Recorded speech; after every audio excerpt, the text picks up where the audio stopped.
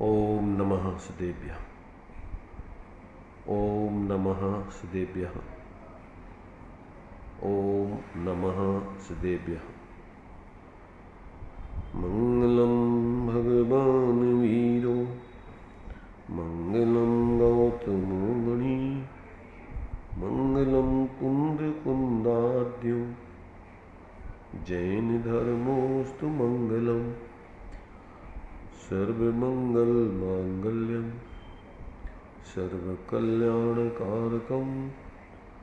प्रधानं सर्वधर्माणां जैनं जयतु शासनं जैनं जयतु शासनम्। देहच्छता जैनी दशा बरते देहाती ते ज्ञानी न चरण बंधन हो अग्नि बंधन हो अग्नि। सकल विभाव अभाव कर किया आत्म कल्याण परमानंद सुबोधमय नमो सिद्ध भगवान। नमो सिद्ध परमात्म को अक्षय बोध स्वरूप जिन्ने आत्ममय पर जाना पर रूप त्रिविध रूप सब आत्मा बहिरातम पद छेद अंतर्यातम होय कर परमात्म पद भी परमात्म पद भी। चर्चा अपनी विराग सरिता श्रीमद् राजचंद्र जी के वचनामृतों के संकलन के माध्यम से चल रही है। इसमें 88 तक के वचनों की चर्चा हो गई थी। 89वें वचन से अपना विचार यहाँ पर अपन करते हैं। बहुत ही सुंदर वचनों का संकलन है इस विराग सरिता पुस्तक में। ज्ञानी अपने स्वरूप में बैठ कर के जब तक पूर्ण वितराग दशा नहीं हो जाती है तब तक अरहंत भगवान के आगम को सिर माथे रख कर के वस्तु स्वरूप के संबंध में विचार करते हैं। क्योंकि निर्विकल्प दशा और सविकल्प दशा दो दशाएं ज्ञानियों की होती हैं। निर्विकल्प दशा में तो अपने स्वरूप का निर्विकल्प होकर अनुभव होता है, परंतु सविकल्प दशा में फिर सम्यक प्रकार से वस्तु स्वरूप का विचार चलता रहता है अनेक अनेक दृष्टिकोणों से। यहाँ पर अभी ये विकल्प दशा में सम्यक प्रकार से वस्तु स्वरूप के विचार के अंतर्गत ये चर्चा अपनी यहाँ चल रही है। 89 नंबर का वचन है, अनादिकाल से जीव ने अस्वस्थता निरंतर आराधी है, जिससे स्वस्थता के प्रति आना उसे दुर्गम पड़ता है।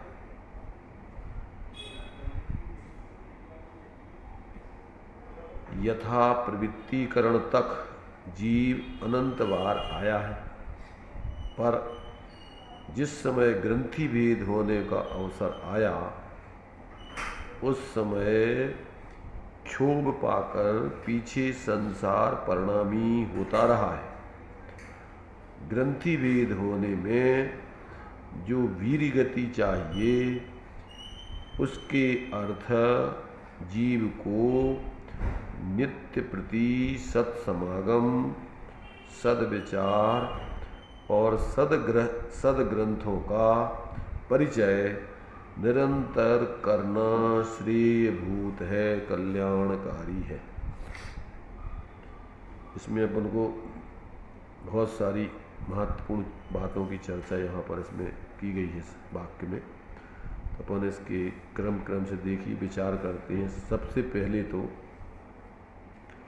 इसमें दिया है, अनादिकाल से जीव ने अस्वस्थता निरंतर आराधी है, जिससे स्वस्थता के प्रति आना उसे दुर्गम पड़ता है।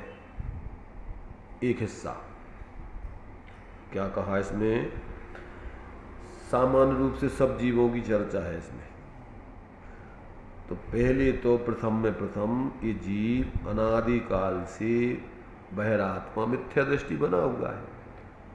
तो उसको यहाँ इन्होंने लिखा कि अनादिकाल से जीव ने अस्वस्थता निरंतर आराधी है, अर्थात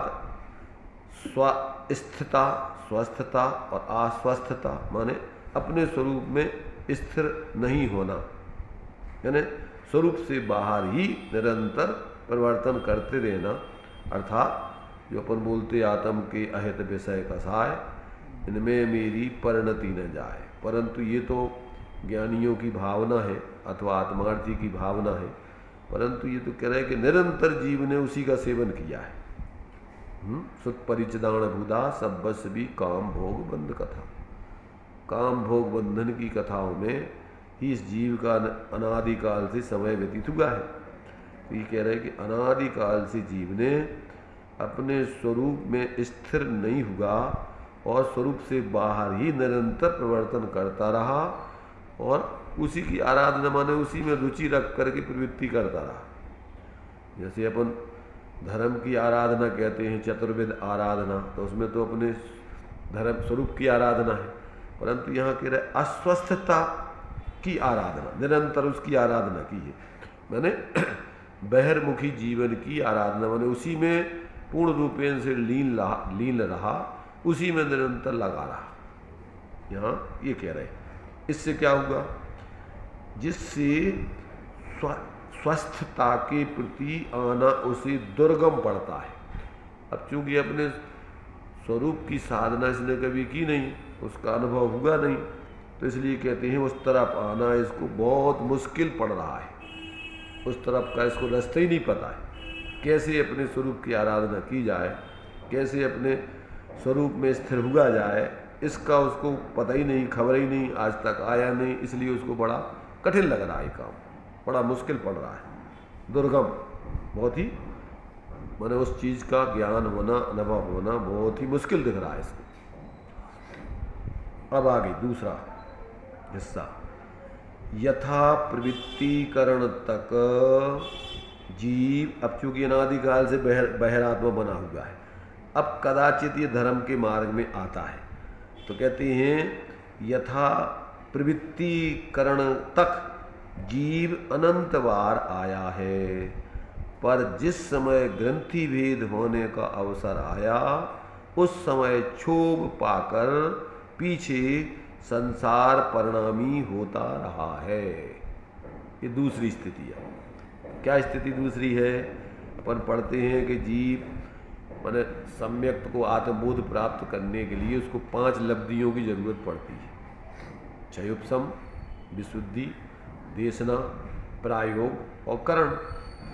तो कहते हैं ये जीव करण लब्धि के पहले यथा प्रवृत्तिकरण, जिसके बाद स्वरूप की प्रवृत्ति होती है, तो कहते हैं यथा प्रवृत्तिकरण तक जीव माने वो उसके पहले तक जीव अनंत बार आया है, पर जिस समय ग्रंथि भेद होने का अवसर आया उस समय ये क्षोभ पाकर अकुला करके पीछे हट गया और फिर संसार के कामों में लग गया। तो यहाँ कहते हैं कि जीव ने क्षयोपशम, विशुद्धि, देशना, प्रयोग करता रहा। प्रयोग करते करते जैसे भी दृष्टांत आता है कि 84 दरवाजों का एक महल है, 83 दरवाजे तो बंद हैं, एक दरवाजा खुला है। अब ये अंधा है और गंजा है और सिर में खाज हो गई है, अब ये क्या करता है कि टटोलते टटोलते दरवाज़ों को आता है कि भैया कहाँ दरवाज़ा है, कैसे निकले। तो अब वो जैसे ही वो दरवाज़ा का आने का नंबर आता है तो वहीं इसको खुजली हो जाती है सिर में, और वो खुजाने लगता है और आगे बढ़ जाता है जब तक वो दरवाज़ा निकल जाता है। 84 लाख योनियाँ हैं। 84 दरवाज़ों का महल का मतलब क्या होता है? 84 लाख योनियों में सिर्फ मनुष्य पर्याय में ही इसको मोक्ष जाने का रास्ता है। 83 दरवाजे तो बंद हैं, वहाँ से तो मोक्ष की सिद्धि होती नहीं। अब यही इसको क्या होता है, इसको विषय कसायों की खुजली हो जाती है। क्या करता है यहाँ ये सब दुनिया के प्रपंचों में उलझ जाता है। ख्याति, लाभ, पूजा, मान, सम्मान, इस मनुष्य पर्याय में बहुत सारी झंझटें हैं। रिश्तेदारी निभाना, ये करना, वो करना, दुनिया के पागलपन बहुत है इसमें। तो अब जब तक वो आयु पूरी हो जाती, थोड़ी सी आयु मनुष्य पर्याय की है कर्म भूमि में भी वर्तमान में, तो कहते हैं कि ये जैसे तैसे कहते हैं अगर विचार भी करता धर्म के क्षेत्र में तो कहाँ तक आता है, प्रायोग लब्धि तक आता है। उपदेश मिला, थोड़ा विचार आदि किया, थोड़ा अपने भेद विज्ञान करने के लिए थोड़ा प्रयत्न किया, परंतु जैसे ही अंतर्मुक्ता के लिए जैसे जितना पुरुषार्थ करने चाहिए अब वो पुरुषार्थ नहीं करके और फिर मैं सोचा कि भैया आत्म के हित विषय कसा है नहीं आत्म हित हेतु विराग ज्ञान ते लखे आपको कष्ट ना। ज्ञान वैराग में इसको ऐसा लगता है अरे भैया ये तो बहुत कठिन चीज़ है, और वहाँ से हट जाता है, फिर ज्यों के त्यों विषय कसायों में लग जाता है, संसार के कामों में लग के फिर ज्यों का त्यों संसार परिणामी हो जाता है। तो यहाँ कह रहे हैं कि यथा प्रवृत्तिकरण, जब स्वरूप में प्रवृत्ति करने का अवसर आया, करण लब्धि के बाद स्वरूप प्रवृत्ति होती है, तो कहते हैं वहाँ से ये वापस लौट गया। कितनी बार? तो कहते हैं अनंत बार। भाई पंच परावर्तन में जीव ने 9वें गृहवेग तक गया ही अनंत बार, तो 9वें गृहवेग तक कैसे जाएगा? जैन कुल में आकर के मुनि बन करके तो जाएगा, उपदेश तो सुनेगा और बुद्धिपूर्वक सारे प्रयत्न करेगा ही करेगा, परंतु वो जो प्रयत्न अंतर्मुक्ता वाला चाहिए वो नहीं किया। इसलिए क्या हुआ कि बस फिर जो कहते हैं बाहर का बाहर घूमता रहा। तो यहाँ कहते यथा प्रवृत्तिकरण तक जीव अनंत बार माने प्रायोग लब्धि तक अनंत बार आया, पर जिस समय ग्रंथि भेद होने का अवसर आया उस समय क्षोभ पा करके, अकुला करके, क्या कठिन जान करके पीछे संसार परिणामी होता रहा है। अब ग्रंथि, अब आगे एक तीसरा पॉइंट, ग्रंथि भेद होने में जो वीर की गति चाहिए, जितना सामर्थ्य चाहिए, हिम्मत चाहिए, धैर्य चाहिए, दृढ़ता चाहिए, तो कहते हैं कि ग्रंथि भेद होने में जो वीर गति चाहिए उसके अर्थ जीव को क्या है? अब उसके लिए क्या करना चाहिए? तो कहते हैं उसके लिए जीव को नित्य प्रति सत्समागम, जिन्होंने उस सत्स्वरूप आत्मा का अनुभव किया है, जिनको वो मार्ग पता है, उनका सानिध्य करके अपने आत्मबल को बढ़ाना चाहिए। उनसे उस रास्ता के बारे में अनुभव की बात पूछना चाहिए, उनका सानिध्य करके वो विधि सीखना चाहिए। क्यों? कि जो उस मार्ग को जानते हैं वो ही तुम्हें उस मार्ग के बारे में बता सकते हैं दृढ़तापूर्वक, निशंक होकर के। तो कहते हैं कि अगर तुम्हें ग्रंथि भेद करना है तो पहले तो धैर्य चाहिए, आत्मबल चाहिए, कायरपना नहीं चाहिए कि भैया आयु तो छूटेगी और अगर अपन जो है ये कार्य नहीं करेंगे तो फिर कहाँ कहाँ भटकेंगे, कोई ठिकाना नहीं, अनंत बार जन्म मरण करना पड़ेगा। और एक बार अगर इस कार्य के होते समय मर करके भी ये कार्य हो जाए तो आचार्य कहते मित्वा कौतूहली से, तो भी ये अपने लिए क्या सा है? सस्ता है। मौत की कीमत पर भी अगर भेद विज्ञान और स्वरूप अनुभव हो जाए तो कहते बहुत सस्ता है। क्यों? कि अनादिकाल से जन्म मरण तो चला ही रहा है, और अगर तुम्हारे लिए इसकी साधना में अगर आयु पूरी हो जाए, छूट जाए, तो कहते हैं इसमें तुम्हारे लिए कोई महंगा काम नहीं है, बहुत सरल, बहुत सस्ता है। इसलिए कहते हैं ग्रंथि भेद होने में जो वीर गति, वीर की सामर्थ्य चाहिए, उतना पुरुषार्थ चाहिए, उसके अर्थ ऐसी स्थिति बनाए रख अपने अंदर में आत्मबल पैदा कराने के लिए, स्वरूप में भेद विज्ञान के लिए नित प्रतिशत समान उस मार्ग पर चलने वाले सज्जनों का, ज्ञानियों का सानिध्य, और फिर सम्यक विचार, आगम का सेवन, युक्ति का अवलंबन, अपने बुद्धि से वस्तु तत्व के बारे में सम्यक विचार करना, और सदग्रंथ का माने निरंतर परिचय यानी स्वाध्याय। आगम का निरंतर स्वाध्याय करो और गुरुओं का सानिध्य करके उनसे उस विधि को सीखो, और खुद उस पर विचार करके जब तक अनुभव नहीं हो जाए तब तक निरंतर उसी धारा में बहते रहो, तो वो कार्य होना संभव है। क्या कहा? ऐसे अगर जीव को इस प्रकार से ग्रंथि भेद करना है, मोह और संयोगों से पृथक अपने उस ज्ञान स्वरूप आत्मा की अनुभूति करना है, तो उसके लिए अंतर्मुखी जबरदस्त पुरुषार्थ की जरूरत है, और वो पुरुषार्थ ज्ञानियों के संग में ही जागृत होता है। मोही जनों की संगति में वो पुरुषार्थ जागृत नहीं हो सकता है। ऐसा यहाँ पर जो है ये अपने लिए 89 नंबर के वचन में उन्होंने ऐसी प्रेरणा दी गई है, जीव की अनादिकालीन दशा बताई है, और कहाँ गलती करता है वो बताई है, और कैसे कार्य प्रयोजन की सिद्धि होगी वो भी बात स्पष्ट की है। तो इसमें एक वचन में पूरी बातें आ गई जीवन की। तो इस प्रकार से ये अपने लिए 89 नंबर का वचन कि अनादिकाल से जीव क्या है, अस्वस्थ रहा है, अर्थात बहिर्मुखी जीवन जिया है, बहिरात्मा रहा है। अब क्या करे वो? उस बहिरात्मपना को छोड़ने के लिए निरंतर अब क्या करे, सत्समागम करे, सद्विचार करे, और सत्शास्त्रों का निरंतर अध्ययन मनन चिंतन करता रहे।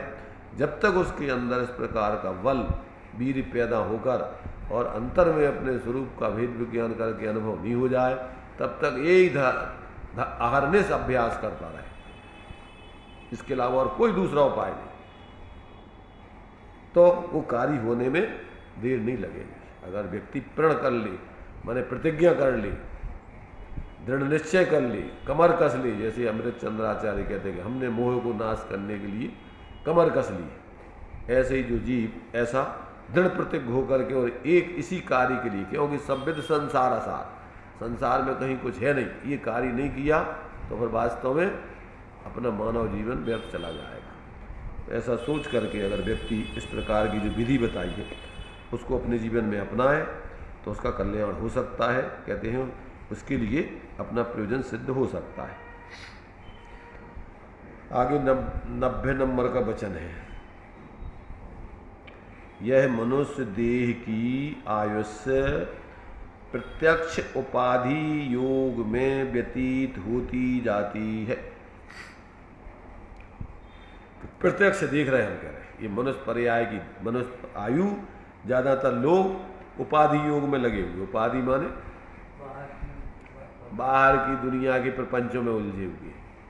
आदि व्याधि उपाधि, उपाधि कई प्रकार की होती है, एक पारिवारिक, एक सामाजिक, एक राजनीतिक, धार्मिक भी उपाधियां ले लो अपन तो उसमें उलझ जाओ,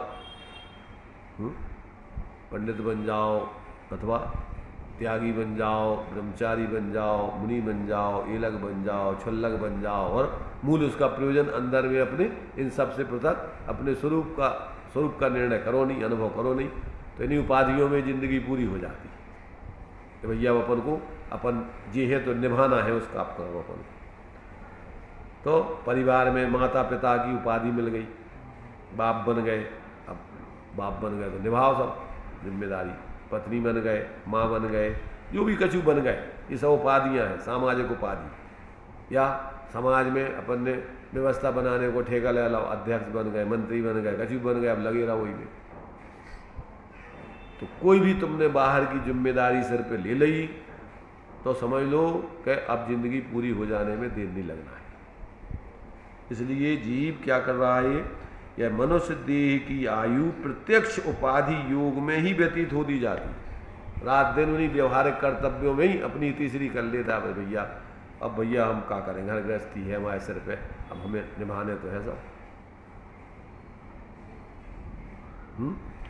तो ये जो है कहती हैं, पहले तो अब इस मनुष्य पर्याय में अनेक प्रकार के रोग शोक सब लगे हुए हैं, और फिर दुनिया की बाहर की व्यवहारिक व्यवस्थाएं सिर पे ले लो, तो फिर कितनी सी आयु है पता ही नहीं पड़ेगा। तो यहाँ कह रहा है इस मनुष्य देह की आयु प्रत्यक्ष उपाधि योग में व्यतीत होती जाती है, इसलिए अत्यंत शोक होता है। क्या होता है?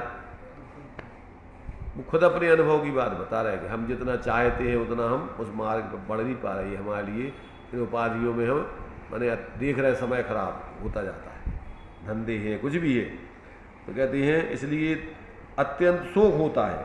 और उसका अल्पकाल में जो उपाय नहीं किया तो हम जैसे अविचारी भी थोड़े समझना, माने हम जितना विचार कर रहे हैं, जितना आत्मित्व का सोच रहे हैं, ऐसे भी लोग हमें दिखाई नहीं दे रहे हैं। हम भी अभी अपने आप को अब जितना हमें निर्वृत्ति लेकर के कल्याण करना चाहिए गुण, वो नहीं कर पा रहे। हम भी अभी इन उपाधि योगों में पड़े हुए हैं अभी, क्योंकि वो ग्रस्त अवस्था में भावना थी जल्दी से जल्दी निर्वृत्ति लेकर के साधु बनने की, पर उनका शरीर योग्य नहीं था, कमजोर हीन सहनन था, बीमारी आ गई, और थोड़ी सी उम्र ही 33-34 साल में उनकी आयु पूरी हो गई। इसलिए वो अपने अनुभव से ये बात सबके लिए बतला रहे कि भैया देखो, माने हम जितना सोच रहे उतना भी सोचने वाले हमें नहीं दिख रहे अभी। जितना हम चाहते तो है पूर्ण निवृत्ति लेके पूर्ण कल्याण की साधना, पर वो नहीं कर पा रहे। पर जितनी हमने अभी जितना विचार करके माने भेद विज्ञान करने की प्रक्रिया अपनाई है, इतना भी हमें विचार करने वाले नहीं दिख रहे आज। इस प्रकार से यह मनुष्य देह की आयु प्रत्यक्ष उपाधि माने प्रत्यक्ष देख रहे सब अनुभव में आ रही व्यतीत होती जाती है, इसलिए अत्यंत शोक होता है, दुख होता है, बुरा लगता है कि भैया क्या है ये। और उसका अल्पकाल में जो उपाय नहीं किया, यदि हमने शीघ्रता से अपना आत्मिक साधने में पूर्ण प्रयत्न नहीं किया तो क्या होगा? तो हम जैसे अविचारी भी थोड़े समझना, माने आयु तो पूरी हो ही जाएगी और काम अपना जो करना चाहिए वो नहीं कर पाएंगे, इतना भी नहीं कर पाओगे जितना हमने कर लिया। कह रहा हम तो इतना कम से कम इतना ज्ञान वैराग धारण करके आंशिक रूप में हम अपने मोक्ष मार्ग की प्रवृत्ति कर रहे हैं, परंतु जितना हम चाहते थे हमारी भावना थी, ऐसो अवसर क्या रे आओ से, जब पूर्ण निर्ग्रंथ बन करके विचरण करेंगे जंगलों में, इस भावना उनकी थी पूर्ण निर्वृत्ति की, पर वो पूरी नहीं हो पाई और आयु पूरी हो गई, बीच में ही शरीर बीमारी से ग्रस्त हो गया। इसलिए वास्तव में अपने लिए जितने भी ज्ञानी हुए हैं उन्होंने अपने अनुभव से और आगम से, युक्ति तर्क से, अन्य पूर्व के ज्ञानियों के माने अनुभव से ये सब बातें करके और सभी जीवों के लिए निर्णित करके, अपन को तो सब चीज़ों का इतना स्पष्टीकरण मिल गया कि अपन को ज़्यादा खोजबीन नहीं करना है, बहुत अच्छे से अपन वस्तु स्वरूप समझ करके शीघ्रता से भेद विज्ञान करके कल्याण कर सकते हैं, अगर पूरे इसी पे तुल जाएं, दुनिया के प्रपंच सिर पे नहीं रखें तो। इस प्रकार से ये 90 नंबर का वचन भी जो है मनुष्य देह वाले जीवों के लिए क्या है, आगाह कर रहा है, सजग कर रहा है कि भैया देखो आयु थोड़ी सी है और जंजाल अपन ने बहुत फैला रखा है, तो जंजाल को समेटो ताकि अपन व्यवस्थित तरीके से अपना जीवन जी सके।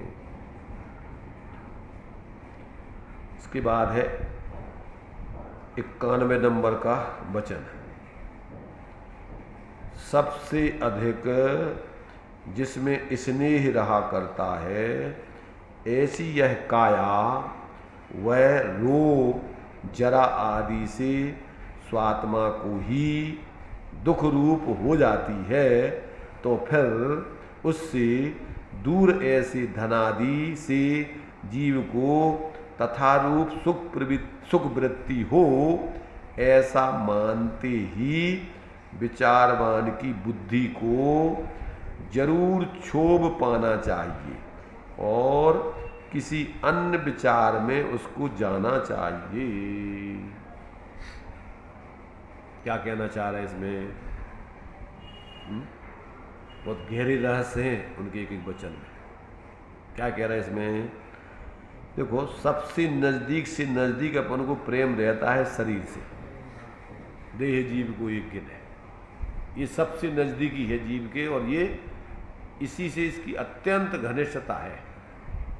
उसको इस शरीर से अपनी आत्मा का भेद ही भाषित नहीं होता। जैसे मैं शरीर ही हूँ, रात दिन इसी की सेवा में खुशामद में लगा रहता है? अपन पढ़ते पूजन में है? जिसके श्रृंगारों में मेरा यह महंगा जीवन घुल जाता, अत्यंत असुचि जड़ काया से इस चेतन का कैसा नाता? बताइए क्या नाता है इसका? अनादिकाल से भ्रम में पड़ा हुआ है जी। ये पुद्गल है, पुद्गल का पिंड है, और तू चेतन है। तू चेतन और देह अचेतन, यह जड़ तू ज्ञानी। अब चूंकि मिले अनादि, यतन ते बिछड़े ज्यों पाए और पानी। अब रूप तुम्हारा सबसे न्यारा भेद ज्ञान करना, और जो लो पोरस थके न तो लो उद्यम से, बस यही काम करना। जब तक आत्मा को अपने स्वरूप का यथार्थ बोध होकर के स्वरूप की आराधना में ही पूर्ण रूपेण न लग जावे, तब तक वास्तव में इस मानव जीवन की कोई सफलता और सार्थकता नहीं है। इसलिए यहाँ कह रहे हैं कि सबसे अधिक जिसमें स्नेह रहा करता है, ऐसी यह काया वह रोग बुढ़ापा आदि से अपनी आत्मा को ही दुख रूप हो जाती है। तो फिर उससे दूर ऐसे रहने वाले धनादि इस जीव को तथारूप सुख वृत्ति हो, ऐसा मानते ही बने। अब जहाँ देह अपना साथ नहीं दे रही है, अपन सोच रहे हैं कि धन संपत्ति आदि हमें सुख दे देंगे, परिवार कुटुंब रिश्तेदार और भी पत्नी बच्चे आदि हमें सुखी कर देंगे। कहते तुम्हारी ये तो मिथ्या कल्पना है। जब ये तुम्हारा शरीर ही तुम्हारा साथ नहीं देता और यही तुम्हारे लिए दुख का कारण बन जाता है, बीमारी आ जाने पर, बुढ़ापा आदि आ जाने पर, रोग आदि हो जाने पर, जब यही तुम्हें दुख का कारण है, तो दूसरों से सुख की कल्पना करना, अपनी इच्छा की पूर्ति करना, ये कहाँ की समझदारी? ये तो महामूर्खता का विचार है। तो ये कह रहे हैं कि जरा आदि से स्वात्मा को ही दुख रूप हो जाती है देह, तो फिर उससे दूर ऐसे धन आदि से जीव को तथारूप सुख वृत्ति हो, ऐसा मानते ही, ऐसा अगर अपन विचार करते हैं, ऐसा मान करके ऐसा मान रहे हो, तो कहते हैं उस पर विचारवान की बुद्धि को जरूर छोप पाना चाहिए। समझदार लोगों को तो जरूर उस पर जो है अपन को क्या होना चाहिए, बुरा लगने चाहिए, दुख होने चाहिए कि कैसा पागलपन है ये। जहाँ देह अपना साथ नहीं दे रही, तो और दूसरे लोग हमारा साथ कहाँ से निभाएंगे, कैसे हमें सुखी करेंगे? जहाँ देह अपनी नहीं, तान अपना को घर संपत्ति पर प्रकट है, पर है परिजन लोग, तो ये अपना कैसे साथ देंगे? इसलिए यहाँ कहते हैं थोड़ा अगर विचार करोगे तो बुद्धिमानों को जरूर अपनी मूर्खता पर तरस आएगा, बुरा लगेगा कि अपन कैसा पागलपन की सोच रखे हुए। और ऐसा जब क्षोभ आएगा तो फिर अन्य किसी दूसरे प्रकार के विचार जो तुम्हें आत्महित के लिए भेद विज्ञान के लिए कार्यकारी हैं, पर उन दूसरे विचारों में तुम्हारी प्रवृत्ति होने लगेगी, तो वास्तव में वही तुम्हारे लिए जो है कल्याणकारी है। इस शरीर आदि संबंधी और बाहर के धन संपत्ति रुपया पैसा आदि से सुख आदि की कामना करने की जो बुद्धि है, ये तुम्हारी वास्तव में अनर्थकारी है, व्यर्थ है, मिथ्या है। ऐसा विचारवान व्यक्ति को सोचकर अपने आत्महित का विचार करना चाहिए। इधर से अपनी बुद्धि को, अपने प्रयत्नों को हटाना चाहिए, अपना समय बर्बाद नहीं करना चाहिए।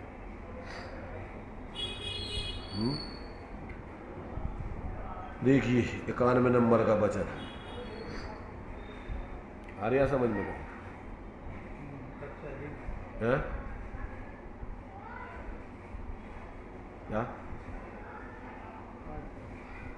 क्या शरीर से ही वो लगाव रहता है, उसमें बीमारी आती है। अरे जब ये शरीर जिससे तुम सुख की कल्पना कर रहे हैं, जिसकी सेवा में रात दिन लगे हो, और वही अपन को दुख का कारण बन रहा है निरंतर, वही में बीमारी आ रही, वही में बुढ़ापो आ रहा, वही में सब स्थितियाँ बन रही है, उनको कौन बदले ये बताओ? क्योंकि उसकी परिणति तुम्हारी इच्छा के अनुसार थोड़ी, जड़ चेतन की परिणति सब अपने अपने में होती है। हम अनुकूल प्रतिकूल करना मानना, ये तो झूठी मन की वृत्ति है।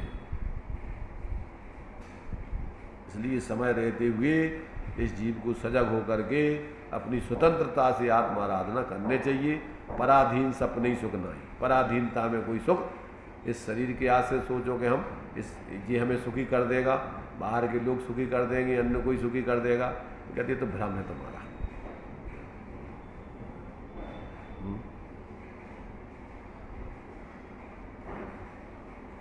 92 नंबर का वचन है, देखिए। अपारवत संसार समुद्र से तारने वाले ऐसे सद्धर्म का निष्कारण करुणा से जिसने उपदेश किया है, उन ज्ञानियों के उपकार को नमस्कार हो, नमस्कार। बीच बीच में जो है ज्ञानियों की महिमा आ जाती है। नहीं कतम उपकारम साधवो विस्मरन्ति। तो क्या कह रहा है इसमें? अपारवत संसार समुद्र से तारने वाले, अपारवत जिसका कोई पार पाना नहीं होगा, ऐसा मानो ऐसा है ये संसार समुद्र। तो कहते हैं उस संसार समुद्र को तारने वाले, जो माने जिसका पार पाना बहुत मुश्किल जैसा लगता है, असंभव जैसा लगता है, तो कहते हैं उससे पार प्राप्त कराने वाले ऐसे जो सद्धर्म है, जो ऐसा आत्मा का रत्नत्रय आदि रूप सद्धर्म है, तो कहते हैं उस सद्धर्म का निष्कारण, निष्कारण माने बिना कोई प्रयोजन, लौकिक प्रयोजन के, स्वार्थ के, तो अकारण जितने भी ज्ञानी होते हैं वो कैसे होते हैं? निरापेक्षो बंधु में कोई किसी अपना कोई, जिसमें माने सम्यक दृष्टि का जो निकांक्षितपना है, माने कोई आकांक्षा नहीं है कि हमें इससे ये मिल जाएगा। वो तो उनका निचली भूमिका में ऐसा स्वभाव ही होता है कि अन्य सारे जीव सुखी हो गए, 3 लोक के सारे जीव सुखी रहे, सब जीव जगत के, कोई कभी ना घबरावे। बैर पाप अभिमान छोड़ जग नित्य नए मंगल गावे, घर घर चर्चा रहे धर्म की, दुष्कृत दुष्कर हो जावे। गलत काम न करके अपने इस धर्म के मार्ग में लगे। प्रत्येक ज्ञानी का ऐसा सहज ही भाव अंदर से पैदा होता है। क्यों? क्योंकि उन्होंने ऐसे निष्कारण जो पूर्व में ज्ञानी हुए हैं, उनके द्वारा प्राप्त उपदेश से अपना बिना किसी बाहर की अपेक्षा रख करके और अपने आत्महित के मार्ग को समझकर ऐसा आत्महित साधा, तो अन्य जीव भी इसी प्रकार से जो है क्या है, वास्तव में अपना आत्महित साधें। उससे कोई धर्म, इस धर्म वचनों से, देवशास्त्र गुरु आदि से कोई अपना लौकिक लक्ष्य ना उसमें रखे, तभी जाकर के ऐसी विशुद्धि बन के अपना आत्मा का हिस्सा सकता है। अगर इसमें तुमने कहीं और कुछ भी भाव रखा तो समझ लेना कि बहुत अनंत संसारी जीव आगे, धर्म मिलना बहुत मुश्किल है। जिससे संसार समुद्र से तरा जाए और उससे तुमने बाहर का लौकिक प्रयोजन साधने का भाव रखा, तो तुम्हारा कल्याण कैसे होगा? अपन पढ़ते हैं कि अन्य स्थानम कृतम पापम धर्म स्थानम विमुच्यते। धर्म स्थानम, जब इतना ही तुम पाप भाव लोगे, भाव करोगे, तब कल्याण कहाँ से करोगे? यहाँ कहते अपारवत संसार समुद्र से तारने वाले ऐसे सद्धर्म का निष्कारण करुणा से जिनने उपदेश किया है। करुणा ये व्यवहार धर्म माने अपने लिए सहज ही ऐसा भाव उनको आता है, क्योंकि सम्यक के लक्षणों में दिया है। सम्यक दृष्टि बन जाने के बाद तो क्या है? दया, जो अपने लिए थी, देव जनेन्द्र गुरु परिग्रहबिन धर्म दया जुत्सार। जीवों के, दुखी जीवों को देखकर और तुम्हारा हृदय पिघलित नहीं होता, दयार्द नहीं होता है, उनके दुख दूर करने का भाव नहीं आता है, तो फिर कहते तुम कैसे जीव हो, ये बताओ। इसलिए जिनके अंदर इस प्रकार की पवित्र भावना होती है, कहते हैं वास्तव में ऐसे उन महापुरुषों के लिए, उन ज्ञानियों के लिए, उनके उपकार के लिए हम बार बार उनको नमन करते हैं, उनका माने बहुमान करते हैं। हम भी उस प्रकार की जो है स्वास्थ्य दशा को प्राप्त करके और ऐसी सुखी हो, ऐसी भावना उसके लिए नमस्कार करने में, माने उनका ऐसा पवित्र भाव जो है, उनको बार बार जो है उसकी बहुमान लाने माने उसका बहुमान करने का भाव आता है। वास्तव में इस जहाँ चारों तरफ लोग स्वार्थमयी जीवन जी रहे हैं, भौतिकता की चकाचौंध में जी रहे हैं, और ऐसे इस माने एक प्रकार से आग लगी हुई जहाँ है होते इस प्रकार से जो है ये बिल्कुल सुरक्षित अपना जीवन जी रहे हैं। उस विषय कसायों की आग, लौकिक प्रयोजन, स्वार्थमय जीवन को छोड़ करके जो अपन साधुओं का स्वरूप बताते ना, कैसा स्वरूप है? स्वार्थ त्याग की कठिन तपस्या बिना खेद जो करते हैं, ऐसे ज्ञानी साधु जगत के दुख समूह को हरते हैं। रहे सदा सत्संग उन्हीं का, ध्यान उन्हीं का नित्य रहे, उन्हीं जैसी चर्या में यह चित्त सदा अनुरक्त रहे। तो ऐसे इस माने वातावरण में जो इस प्रकार से निर्लिप्त रह करके अपने स्वरूप आराधना करके और अन्य जीवों को भी निर्लिप्त जीवन जीने की विधि बताते हैं, उपदेश देते हैं, कहते हैं उनका जीवन वास्तव में महान है, बहुमान करने लायक है, अनंत बार बार बहुमान करने लायक है। जैसा उस पर इन्होंने कहते उन ज्ञानियों के उपकार को नमस्कार हो, नमस्कार हो, नमस्कार।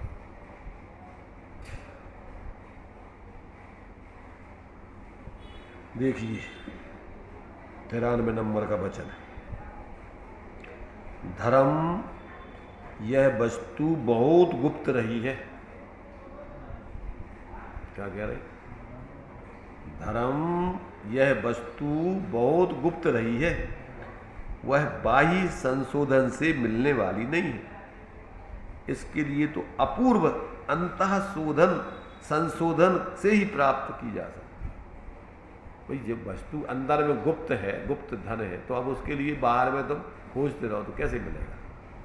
ऐसे ही जो धर्म अपने उस अंतर वस्तु स्वरूप के अवलंबन से पर्याय में प्रकट होता है, तो जब तक आप अंतर में उसका खोज नहीं यानी शोधन नहीं करोगे, अर्थात इन सारे बाहर के संयोगी भावों से पृथक अपने उस चैतन्य आत्म तत्व को नहीं देखोगे, तब तक तुम्हारे लिए उस आत्मा का वैभव, धर्म, स्वभाव अनुभव में कैसे आएगा? इसलिए तुम बाहर में खोजते रहो, उठापटक करते रहो, तो वो कहाँ से मिलेगा? जहाँ है ही नहीं वो वस्तु, वहाँ कहाँ से मिलेगा? तो धर्म में तुम सोचोगे हम बाहर में ये कर लें, वो कर लें, उपवास कर लें, फलाना छोड़ दें, इधर जंगल चले जाएं, फलाना, तो इससे तो नहीं मिलना है। वो तो अंदर में जो तुम्हारा स्वरूप है, जब तक आप बाहर से हट करके अंतर में अपने उपयोग को सूक्ष्म करके जब तक वहाँ नहीं देखोगे, उसका आश्रय नहीं करोगे, तब तक वो धर्म मिलने वाला नहीं है।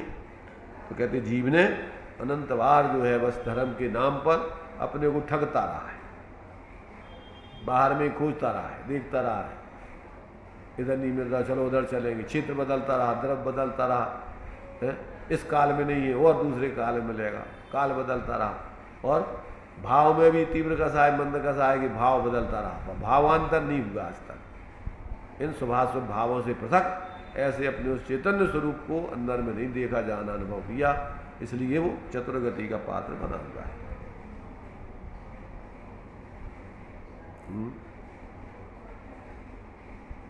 क्या कह रहे?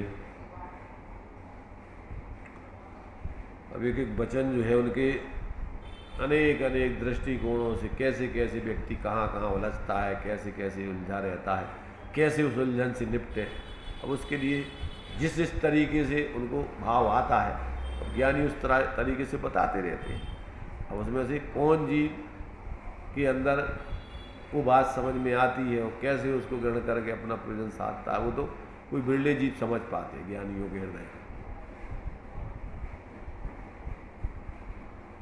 इस प्रकार से ये अपने जो है इतने वचनों की अपन ने चर्चा कर ली। 89, 90, 91, 92, 93 5 वचन ही बहुत हैं।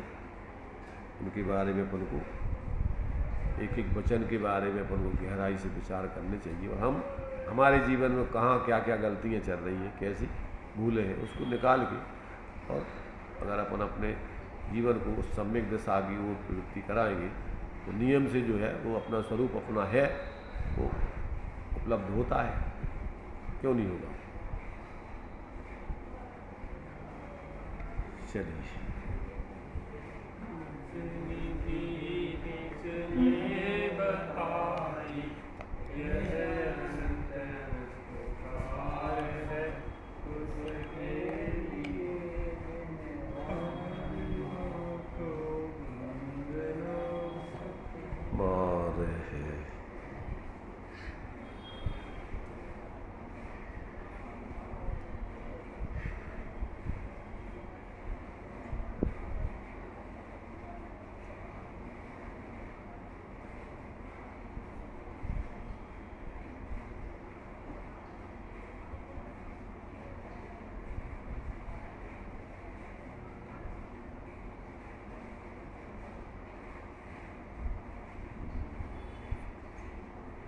द्वादशांग निर्वाणी माता की जय। पंच परमेष्टि भगवंतों की जय।